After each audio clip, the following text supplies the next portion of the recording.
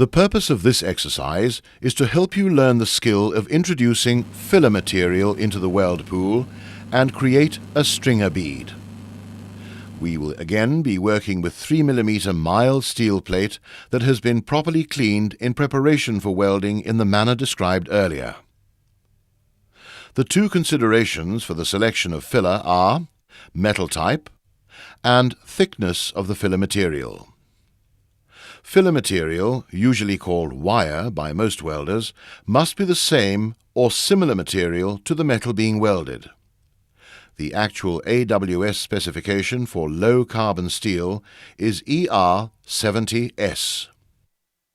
The next consideration is the thickness of the wire. This decision is made from the diameter of the tungsten electrode. As a rule, use the same diameter wire as the tungsten electrode. It is most usual to cut the wire to a manageable length prior to welding. Always clean the wire before use to remove any oxides or contaminants.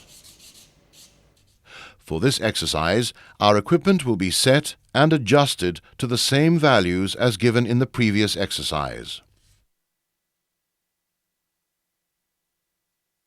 In the same manner as you practiced with the fusion weld, the arc is struck inside the plate and drawn back to the edge. Once the weld pool has been established, then the filler wire is introduced. The wire should be kept at an angle of about 15 to 20 degrees from the base metal and in line with the weld seam axis. Let us now look at the process in live action. The arc is struck in exactly the same way as before, and a weld pool is created at the edge of the plate.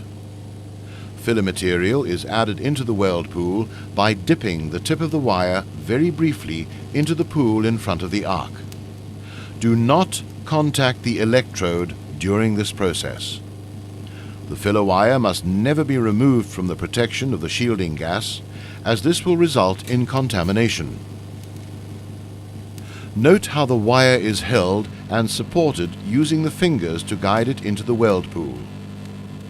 Do not chase the filler rod with the torch. Instead, concentrate on maintaining the weld pool at its correct size and holding a steady arc. Introduction of filler material is a continuous process and is performed in cycles of about 2 seconds, which will produce neat and uniform C-shaped ripples in the bead. When the filler wire becomes too short to handle, then we must stop the weld in order to obtain a fresh section.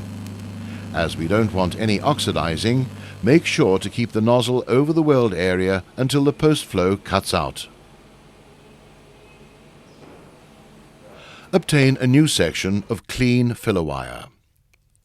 To pick up on the existing weld, strike an arc behind the crater on top of the existing bead. Regain the original weld pool diameter and then proceed along the seam in the usual way. Let's observe this being done. The arc is struck and a weld pool formed behind the crater. The weld is continued through the crater and onward along the line. When you observe that the plate is becoming excessively hot, then you should control the heat as you learnt earlier. At the end of the run, allow the current to taper off, but maintain the gas shield over the weld pool until the post-flow cuts out. When the work has cooled sufficiently, inspect or read the bead. A good bead will be uniform in width and the ripples evenly spaced. The bead must be clean and free of contamination and porosity. On the reverse side, you will see a thin line of penetration all along the weld area. This is an indication that the welding current has been set correctly, the arc length has been maintained, and that the speed or rate of travel has been satisfactory.